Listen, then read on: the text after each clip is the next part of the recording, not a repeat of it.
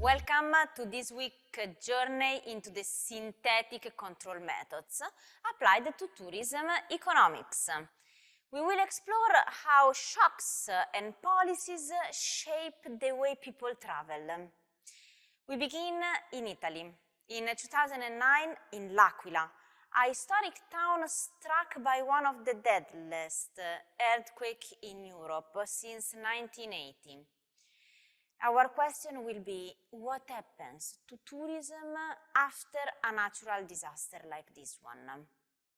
This is our first case study where we are going to use data and the synthetic control method to measure how visitor flows changed in the years that followed the earthquake. Then we move across the Atlantic to the United States with a different question, yet the same methodology. Our question will be, what if a cultural site receives the UNESCO World Heritage designation? Does this label attract more hotels, restaurants and tourists, or it's mostly symbolic? We will see how two very different places, a rural Louisiana site and the San Antonio missions in Texas, responded to UNESCO inscription. Finally, we come back to Italy, this time Sardinia, to examine a policy that many tourists notice immediately, a visitor tax. This tax push more domestic or international visitors away? Or did it provide resources for cleaner beaches, better services? So the evidence we are going to see will tell us something very important about how different types of tourists react to price signals.